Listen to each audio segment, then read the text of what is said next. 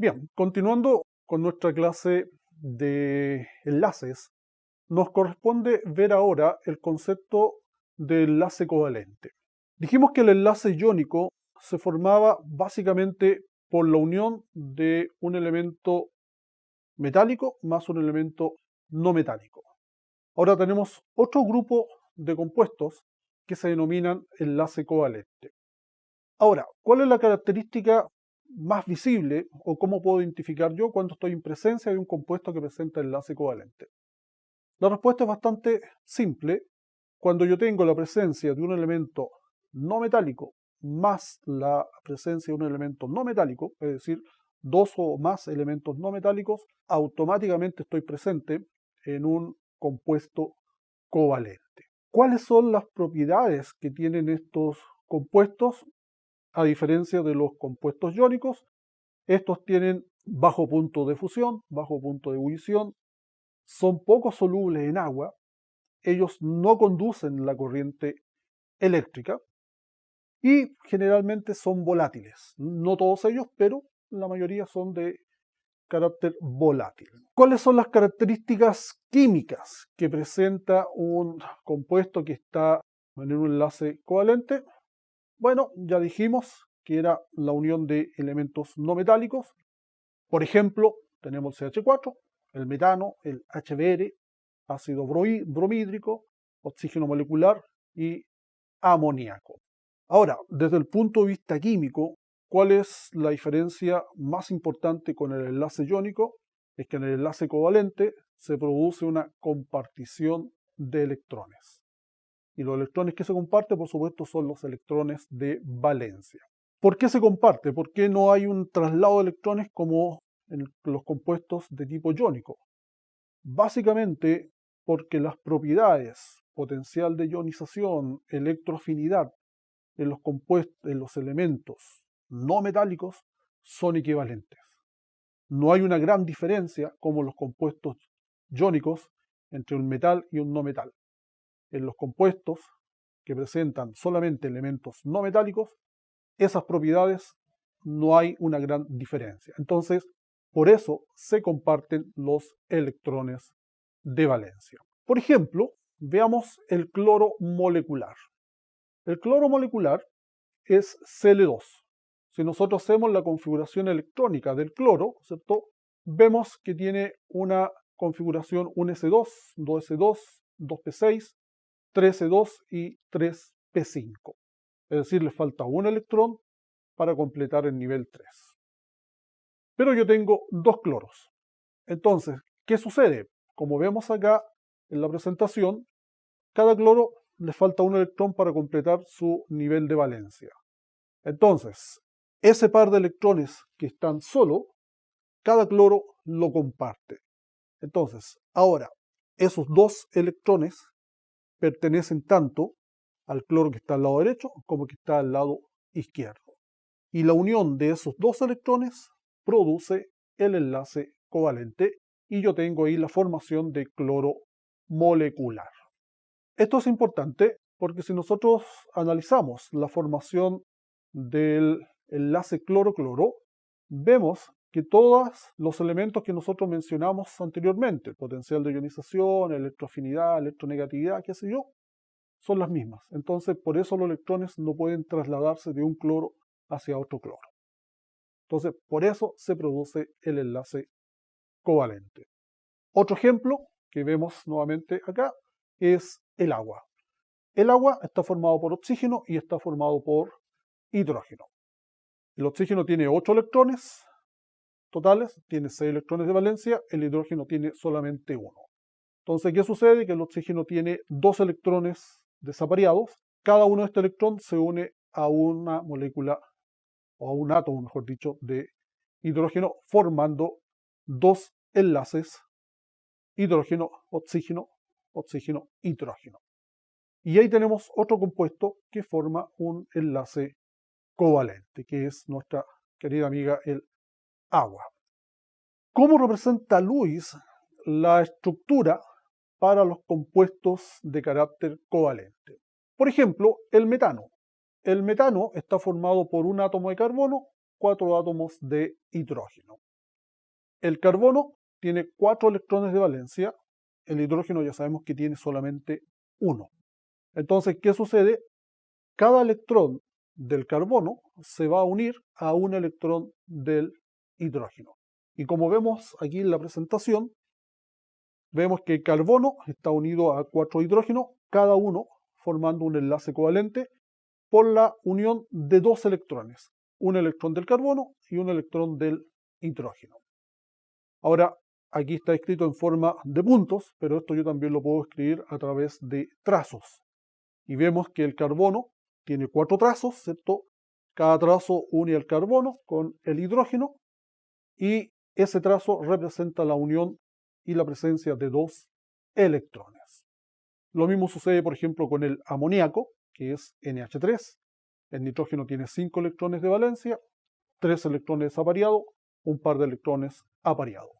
Esos 3 electrones apareados se unen a 3 electrones de 3 hidrógenos y formando el compuesto como lo vemos en la pizarra a través de puntos y de líneas. ¿Qué sucede con el oxígeno?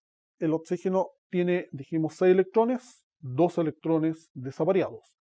Como tenemos el oxígeno molecular, que son 2 oxígenos, entonces ahora lo que hacemos es que los 2 electrones de cada oxígeno se unen a los otros 2 electrones del otro oxígeno. ¿Y qué sucede ahora? Que yo tengo un enlace formado por 4 electrones. Esos 4 electrones significa ahora que yo tengo un enlace doble. ¿Y qué sucede con el nitrógeno molecular? N2, lo mismo. Tengo 3 electrones desapareados en cada nitrógeno, se unen a los otros 3 electrones del otro nitrógeno. ¿Y qué sucede? Que ahora tengo 6 electrones unidos. Entonces, como tengo 6 electrones unidos, tengo un enlace triple. ¿Qué implica esto? Que en los enlaces covalentes yo puedo tener un enlace simple, un enlace doble y un enlace triple. Un elemento importante que tenemos que recordar acá es que los compuestos que presentan enlace covalente tienen que cumplir con la regla del octeto. ¿Qué dice la regla del octeto? Que un elemento se estabiliza cuando gana 8 electrones en su nivel de valencia. Por ejemplo, el nitrógeno, ¿cierto? Si hacemos la configuración, tenemos que cada nitrógeno tendría una configuración 1s2, 2s2, 2p3. Es decir, a cada nitrógeno le faltan 3 electrones para completar el nivel 2. Entonces, ¿qué sucede? Que los 3 electrones de cada nitrógeno se unen, como ya vimos, forman un enlace triple y nosotros, si contamos la cantidad de electrones ahora que tiene cada nitrógeno, vemos que cada nitrógeno gana 8 electrones en total. ¿Qué implica esto? Que el nitrógeno automáticamente se estabiliza porque completa su nivel de valencia. Y ahí cumple con la regla del octeto. Ahora, esta es una regla, significa que hay excepciones, tanto por exceso de electrones como por deficiencia de electrones. Y una excepción a esta regla es el fluoruro de boro. El boro tiene 3 electrones de valencia. El flúor tiene 7 electrones de valencia. Si vemos la estructura de Lewis, que la tenemos acá, vemos que cada boro, o mejor dicho, cada electrón del boro, se une a un flúor. Entonces, al hacer los enlaces, vemos que el boro en total gana solamente 6 electrones de valencia, a diferencia del flúor que completa el octeto. Entonces, el boro es una excepción a la regla, y esta es por deficiencia de electrones. Entonces, ahí tenemos la estructura de Lewis y tenemos también la estructura en la cual aparece la forma, la geometría que tendría este compuesto. Ese es otro elemento importante que nosotros tenemos que analizar, es la geometría de los compuestos que presentan enlace covalente. Son distintos a los compuestos iónicos, porque los compuestos iónicos lo que tienen son estructuras cristalinas definidas. En el cambio, los compuestos que presentan enlace covalente, ellos tienen una geometría que se denomina molecular. Es decir, forman moléculas. Y en este caso, nosotros vamos a analizar básicamente 5 geometrías moleculares o estructuras moleculares. La primera sería cuando el compuesto forma un AB2. ¿Qué significa eso? Que yo tengo una estructura lineal donde tengo el átomo central A y a los lados tengo los dos ligandos B, en el cual forma un ángulo de 180 grados, como vemos en la presentación. Ejemplo de esto, ¿cierto? El cloruro de berilio, cloruro de mercurio. Después tenemos una geometría AB3, en el cual la geometría, como se ordena, es una geometría trigonal plana, donde tenemos el elemento A, el elemento central, con los ligandos formando un triángulo, y el ángulo que se forma entre el B a B es de 120 grados. Ejemplo, lo que acabamos de ver, el trifluoruro de boro. Después tenemos una geometría ya un poco más compleja, pero con un poco de imaginación uno puede distinguirla, que sería un AB4. Aquí el elemento A está rodeado por 4 ligandos B, en el cual se ordenan de tal forma en una estructura tetraédrica, cuyo ángulo de enlace es de 109,5 grados. ¿Cómo podríamos imaginar una estructura tetraédrica? Básicamente podría ser un trípode de una cámara o de una máquina fotográfica, pero en vez de poner la máquina, ponemos un palo hacia arriba y ahí tendríamos una geometría tetraédrica. Después tendremos una geometría AB5, en el cual se denomina una bipiramidal trigonal, donde aquí se nos forman prácticamente dos pirámides de 3 lados y estas dos pirámides nosotros las juntamos en la base. Y ahí tenemos una bipirámide trigonal, donde tenemos básicamente dos enlaces. El primer enlace es de 90 grados y el segundo enlace es de 120 grados. Ejemplo, el pentacloruro de fósforo, que lo vamos a analizar también en la clase de ejercicio. Y por último tenemos un AB6, en el cual la geometría es una geometría octaédrica, donde también tenemos dos ángulos, uno que es de 90 grados y el otro también es de 90 grados, y esto sería equivalente a tener una pirámide de 4 lados, ¿cierto? Y estas pirámides juntarlas en las bases.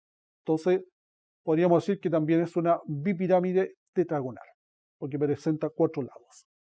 Ejemplo, el hexafluoruro de azufre.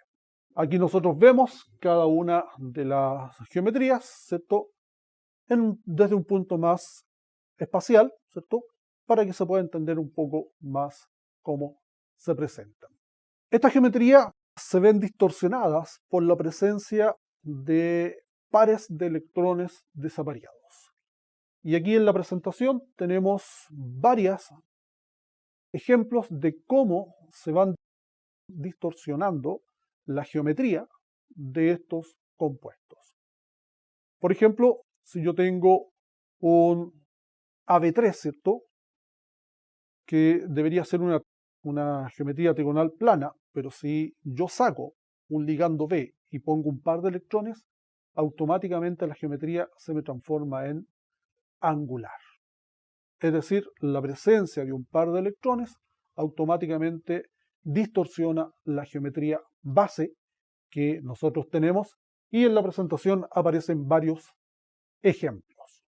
Por último, un elemento importante que tenemos que recordar, que es el concepto de la polaridad. La polaridad es la distorsión que sufren las nubes electrónicas que forman un compuesto por la diferencia de electronegatividad.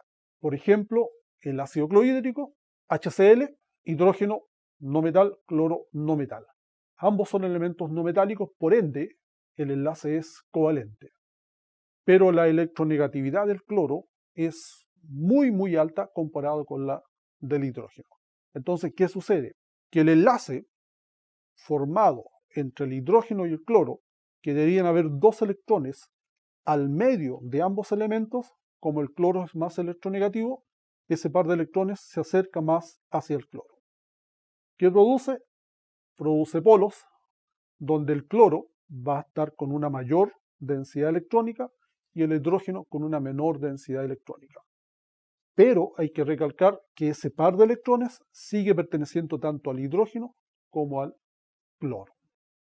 Y eso es un elemento importante porque la polaridad hace que muchos compuestos que presentan enlace covalente tengan propiedades de enlace iónico por la presencia de estos polos.